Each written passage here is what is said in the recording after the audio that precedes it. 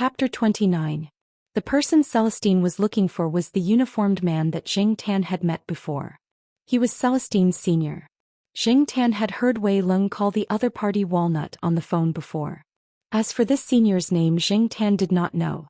Jing Tan had heard that as long as Walnut solved the case, he would be promoted. Walnut could have been promoted last month, but he was too stubborn. Just like what he had said before, if he didn't solve the case, he would be too embarrassed to be promoted. Jing Tan thought that Walnut's brain had been kicked by a donkey. He had already made his connections and was waiting for a promotion, but this person was still stubborn. Wei Ling called senior brother Walnut a few times, but the other side's phone was turned off. This caused Wei Ling to reveal a worried expression. After thinking for a moment, Wei Ling made another call. However, it wasn't to senior brother Walnut but to someone else. Some of their words involved code words that only they understood. Jing Tan didn't understand at all and wasn't interested in continuing to listen. He had helped as much as he could and he didn't care about the rest. Let Celestine worry about it. Yawning, Jing Tan ran back to the living room and jumped onto the sofa to catch up on sleep.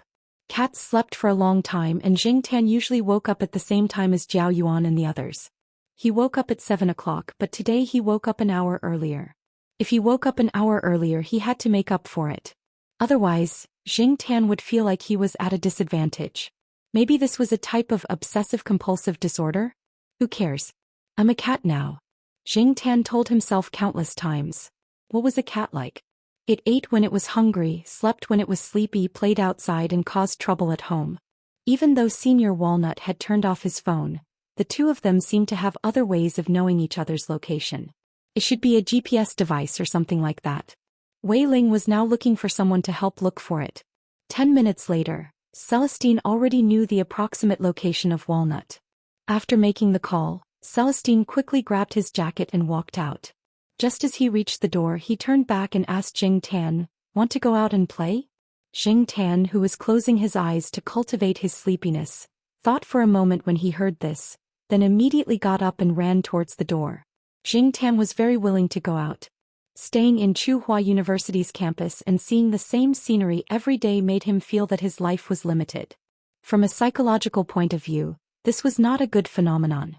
As for Zhao Yuan and Gu Yuzi, Zhao Pa had 2 classes in the second half of the morning.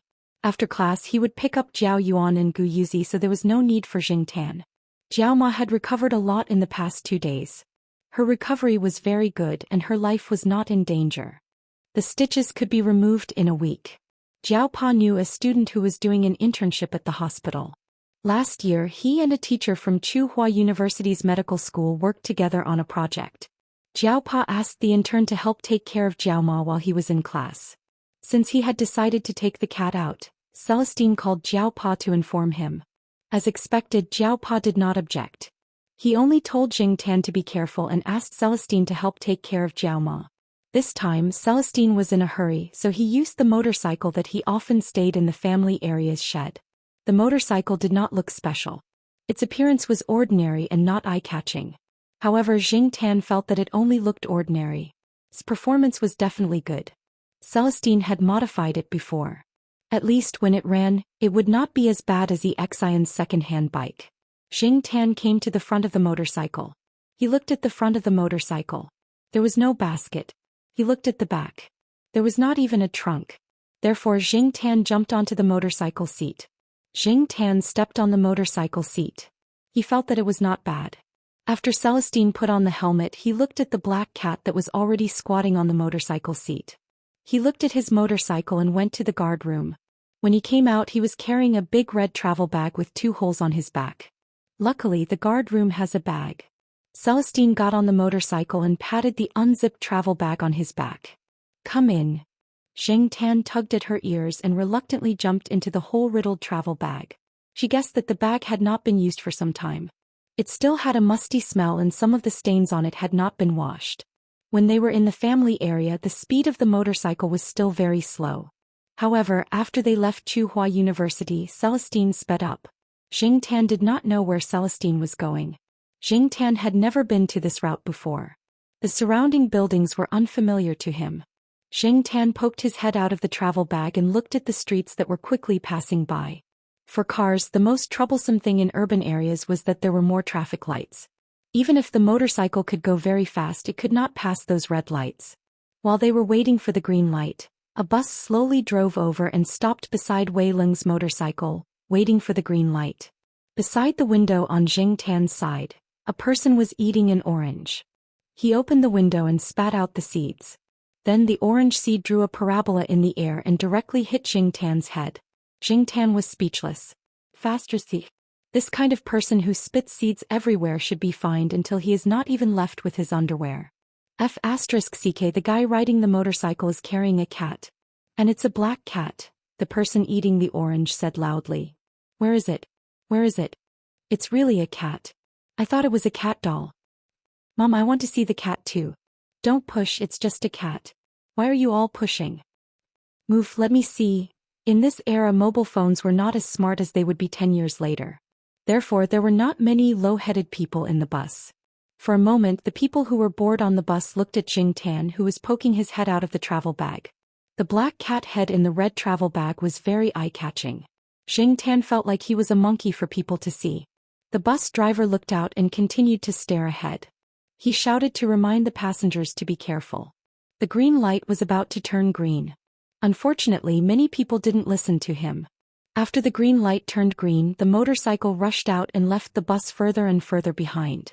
However, Jing Tan saw that when the bus took off, it stopped because a private car overtook it. The person spitting the orange seed out of the bus was only looking out the window. He didn't sit properly and hit his head on the seat in front of him, making a bang sound. Jing Tan grinned and felt much better.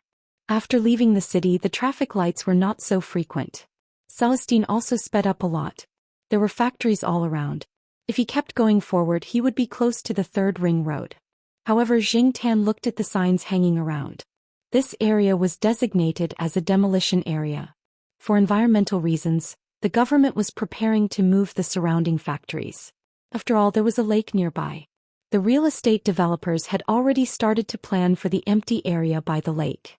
Celestine rode the motorcycle to the side door of a factory. He parked the motorcycle and looked around. He took out his phone and looked for someone. The factory in front of him used to be a food processing factory. It had just been moved away, so it was a lot quieter. Only some pictures on the surrounding walls told people what it used to do here. Celestine still couldn't get through to his senior brother's phone. However, he was now sure that the person was in the factory. The factory's doors were all closed, so he could only climb over the wall to get in. Follow behind me. If anyone comes near, let me know. Of course, you can help me cover up at the appropriate time. Forget it, you probably don't understand. After saying that, Celestine jumped over the outer wall. His movements were very light and looked very relaxed. Jing Tan also jumped over the wall and looked inside. He followed Celestine purely out of curiosity and excitement. Besides, he didn't need to hide his whereabouts as much as Celestine did. After all, Jing Tan was now a cat. People didn't have to be so wary of cats. Besides, there were many domestic and wild cats around. Jing Tan saw a few when he was on the motorcycle. Therefore, a black cat coming into the factory was nothing new. When Jing Tan came out of the Zhao family, he had already taken off the tag and keys around his neck. Therefore, no one could see anything special about Jing Tan. Even if someone saw him, they would only exclaim, "This cat is really strong." They wouldn't think that someone suspicious was approaching. The factory was empty. It looked very bleak. There were broken bricks and tiles on the ground, discolored advertising paper and some processing waste. The surrounding air was still filled with the smell of auxiliary materials and additives. Jing Tan was not far behind Celestine. His ears perked up and caught some slight sounds. They belonged to a person, like the moaning of someone being beaten down. However, they didn't belong to Walnut. There were at least 3 people behind the wall 50 meters to the east. Jing Tan heard their conversation. From their whispers, Jing Tan understood that they were waiting for the person in the warehouse to come out and attack. Jing Tan looked at the warehouse not far in front of him. There were relatively few windows and the doors and windows were tightly shut. If they wanted to go in, they would probably make a lot of noise. That senior brother Walnut is inside? However, the moaning of someone being beaten down did come from inside. The people hiding behind the wall didn't notice Celestine's presence. Perhaps they didn't care about that at all.